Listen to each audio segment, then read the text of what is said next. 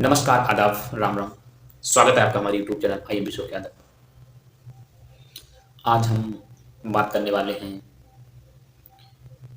देश या फिर पृथ्वी के उस सबसे बड़े दानदाता की।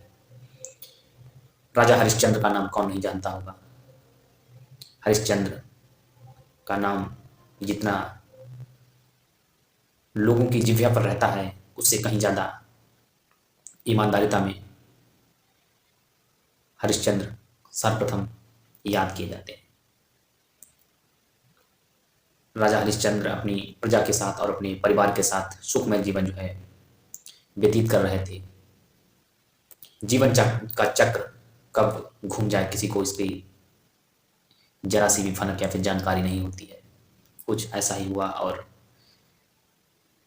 जिसके पास तमाम धन हो, दौलत हो और वो एक भिखारी की तरह आ जाए, यानी कि अपने आप को एक भिखारी का रूप दे दे, ऐसा होना आज के समय में वो मुश्किल है, कोई भी नहीं हो सकता। ऐसे थे हमारे राजा हरिश्चंद्र। समय गुजर रहा था, हरिश्चंद्र अपने परिवार के साथ, प्रजा के साथ सुखी थे कि उनके मन में एक लालसा जागृत होती है कि क्यों न एक बड़ा सा यज्ञ किया जाए। गुरु और ऋषियों के आशीर्वाद से जब यज्ञ जो है संपन्न हुआ, तब ऋषि विश्वामित्र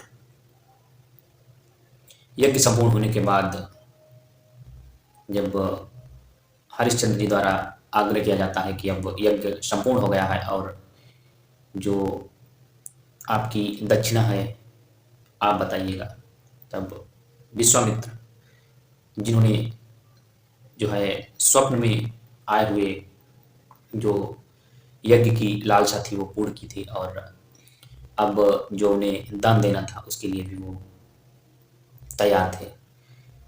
ऋषि कहते हैं कि अगर आपको दान ही देना है तो मैं खुद अपने मन से जो है दान मांगूंगा, अगर आप दे सकते हैं तो। हरिश्चंद्र जैसा दानी तब भी कोई नहीं था और आज भी कोई नहीं है। हरिश्चंद्र कहते हैं कि गुरुवर आप क्या मांगेंगे, आपके लिए तो हमारे प्राण भी समर्पित हैं। तब विश्वामित्र जी कहते हैं हरिश्चंद्र जी आप कितने भी बड़े दानी हो, लेकिन हम अगर आपसे दक्षिणा में ऐसी चीज मांगेंगे जिसे आप देने पर विवश हो जाएंगे। हरिश्चंद्र कहते हैं गुरुवर आप आज्ञा तो करिए। तब विश्वामित्र जो कि एक भगवान का, ईश्वर का रूप लेकर हरिश्चंद्र की परीक्षा ले रहे थे, उनका पूरा राज्य और साम्राज्य सब मांग लेते हैं। हरिश्चंद्र तनिक सा भी जो है उनके मुंह पर भाव और भंगिमा नहीं आती है और हंसते हुए जो है विश्वामित्र को अपना पूरा साम्राज्य, पूरा राज्य जो है दान में दे देते हैं। तब विश्वामित्र जी हंसते हैं और कहते हैं कि वाह हरिश्चंद्र, अगर राजा हो तो ऐसा जिसने जो है अपना पूरा साम्राज्य जो है दान में दे दिया है। हरिश्चंद्र जब ऋषिवर कहते हैं कि ठीक है आपने दान दे दिया है लेकिन जो दक्षिणा है वो अभी बाकी है, तब हरिश्चंद्र जो है अपने सैनिक को आदेश देते हैं कि जहां पर हमारा धन और दौलत रखी हुई है वहां से गुरुवर के लिए जो है असरफियां, यानी कि गुरुवर का एक आदेश था कि उन्हें 100 स्वर्ण मुद्राएं दान में दी जाएं। हरिश्चंद्र जो है आदेश करते हैं कि 100 स्वर्ण मुद्राएं जो है दान में दे दी। विश्वामित्र कहते हैं रुकिए हरिश्चंद्र जी, क्योंकि आप पूरा साम्राज्य, पूरा राज्य मुझे दान में दे चुके हैं, तो फिर वो 100 स्वर्ण मुद्राएं वो आपके कैसे हैं। हरिश्चंद्र कहते हैं माफ करिएगा गुरुवर, मुझसे भूल हो गई। लेकिन अभी तक जो राजा था एक भिखारी के भी भेष में आ गया, क्योंकि उसके पास कुछ भी नहीं था और उसे 100 स्वर्ण मुद्राओं को शाम तक गुरुवर को देना था। हरिश्चंद्र जैसा प्रतापी राजा जो अपनी एक छोटे से पुत्र और पत्नी को लेकर खुद को जो है भरी सभा में बेचने के लिए तैयार हो जाता है, कहता है कि कोई 100 स्वर्ण मुद्राएं मुझे दे दो और मैं उसके हाथ बिक जाऊंगा, यानी कि मैं उसके घर का पूरा वो कार्य करूंगा जो उसके द्वारा बताया जाएगा, एक नौकर की तरह रहूंगा। लेकिन जो राजा था, प्रजा उसका इतना सम्मान करती थी कि कोई भी उसे जो है खरीदने वाला, बड़े बड़े सेठ उसे जो है सामने नहीं आ रहे थे। राजा एक दूर कहीं जाता है और अपने आप को 100 स्वर्ण मुद्राओं में अपनी पत्नी और पुत्र के साथ जो है गिरवी रख देता है और इस प्रकार वो 100 स्वर्ण मुद्राएं गुरुवर को जो है दक्षिणा के रूप में दे देता है। समय का चक्र चलता रहता है, चलता रहता है। राजा हरिश्चंद्र जो कि एक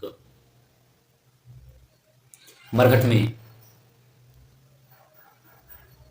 अपनी कर्तव्य को निभाते हैं और वहाँ पर जो भी सब दाह संस्कार के लिए आते हैं उनसे कर के रूप में पैसे लेते थे, क्योंकि उनके मालिक का यही आदेश था। उधर पत्नी तारा और पुत्र जो कि एक दूसरे परिवार में एक जो ब्राह्मण परिवार था उसके द्वारा झाड़ू पोंछा चौका बर्तन के लिए खरीद लिए गए थे। समय व्यतीत हो रहा था। एक रोज की बात है कि उस ब्राह्मण ने उसके पुत्र से कहा कि क्यों न वो बाग से फूल ले आए। फूल लेने जाता है पुत्र, वहां पर उसे सांप ने डस लिया था और वो वहीं पर खत्म हो जाता है, मर जाता है। गांव में ढिढोरा पीटा जाता है कि किसी का पुत्र आज जंगल में जो है मरा पड़ा है। तब पत्नी तारा जो सुनती है तो देखती हुई बिलखती हुई पहुंचती है, देखती है कि उसका पुत्र अभी दुनिया में नहीं रह गया है, लेकिन उसके पास इतना भी पैसा नहीं था, धन नहीं था कि जिससे कि अपने पुत्र का जो है शव का दाह संस्कार कर सके।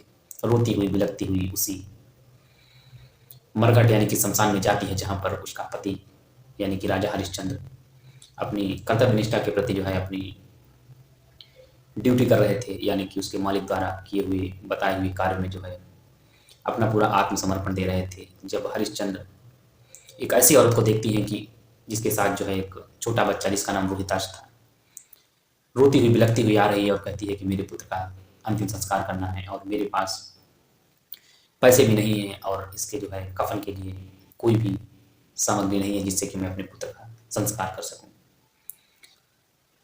हरिश्चंद्र को कुछ आवाज जो है सुनी सुनी लग रही थी। जब वह पास में आकर देखते हैं और जब वह घूंघट उठाते हैं तो वहां का नजारा ही बदल जाता है। देखते हैं कि उनकी पत्नी तारा उनके पुत्र रोहिताश को लेकर इस शमशान घाट में आई है, यानी कि अब उनका पुत्र जो है इस दुनिया में नहीं रहा। राजा की भी आंखों में आंसू आ जाते हैं, लेकिन ईश्वर की कृपा है और जो कि दूसरे के हाथ बिक गए हैं तो जो बताया है उसको तो करना ही है। आदेश था मालिक का कि बिना करके कोई भी सब यहाँ पर जो है संस्कार नहीं किया जाएगा। तब तारा रोती हुई कहती है कि अब हमारे पास कुछ नहीं है, एक जो मैं साड़ी पहने हुए हूँ इसी साड़ी का आधा भाग जो है फाड़ कर दे दे। जैसे ही तारा उस अपनी पहनी हुई साड़ी को आधे टुकड़े को फाड़ती है और हरिश्चंद्र भी जो है अपनी आंखों से जो है अश्रु वर्षा कर रहे होते हैं, तब भगवान एकदम प्रकट हो जाते हैं और कहते हैं हरिश्चंद्र, मैं आपकी तपस्या से जो है गदगद हो गया हूँ, जिसने आज कि हरिश्चंद्र को आने वाली आगे पीढ़ियां आने वाले इस समय में भविष्य में एक महादानी प्रतापी राजा के रूप में अवश्य ही जाना जाएगा। और इस प्रकार से उस पुत्र को भी जो है ईश्वर यानी कि विश्वामित्र द्वारा जो है जो परीक्षा ले रहे थे जीवित कर दिया जाता है और उनका जो लिया हुआ राज्य था वो भी वापस दे दिया जाता है। उन्हें विश्वास था कि यहाँ पर हरिश्चंद्र के अलावा कोई भी अपनी प्रजा को इतना खुश नहीं रख सकता है। तो हमारी कहानी सुनाने का मकसद ये नहीं था कि ये कहानी थी, सिर्फ कहानी ही नहीं, इससे हमें ये शिक्षा मिलती है कि हमें अपनी बात पर जो मैंने बोल दिया है आपने बोल दिया है उस पर अडिग रहना चाहिए। जिस प्रकार से राजा हरिश्चंद्र अपने मालिक की बात पर अडिग थे, खुद का पुत्र जिसके सामने संस्कार के लिए हो और जिसकी पत्नी बिलख कर रो रही हो, अगर उस समय ईश्वर परीक्षा ले रहा है और हरिश्चंद्र जैसा व्यक्ति अगर खरा उतरता है तो ये बहुत बड़ी बात है। तो ठीक है, चलते हैं, मिलते हैं अगले वीडियो में। जय हिंद, जय भारत।